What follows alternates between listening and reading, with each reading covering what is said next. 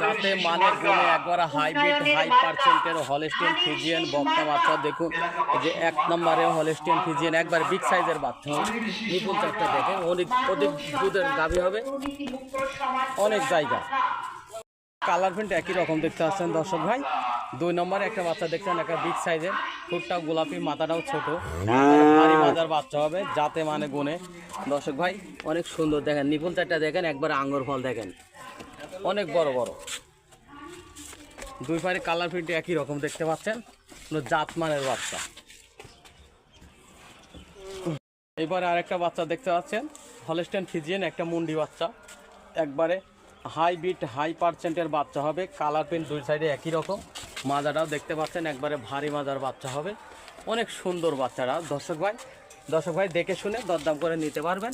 যে নিপুণটা দেখেন, অনেক জায়গা দেখেন দর্শক ভাই, জাত মানের বাচ্চা দর্শক ভাই, একবারে মুন্ডি বাচ্চা, জাতের বাচ্চা দেখেন, জাত বাচ্চা দেখে শুনে দর্শক ভাই নিতে পারবেন। জাতের বাচ্চা কালেকশন করলে কখনো আল্লাহর রহমতে লভ হবে না খামারি করলে, ঠিক আছে দর্শক ভাইরা। একবার জাতের বাচ্চা, এসব বাচ্চা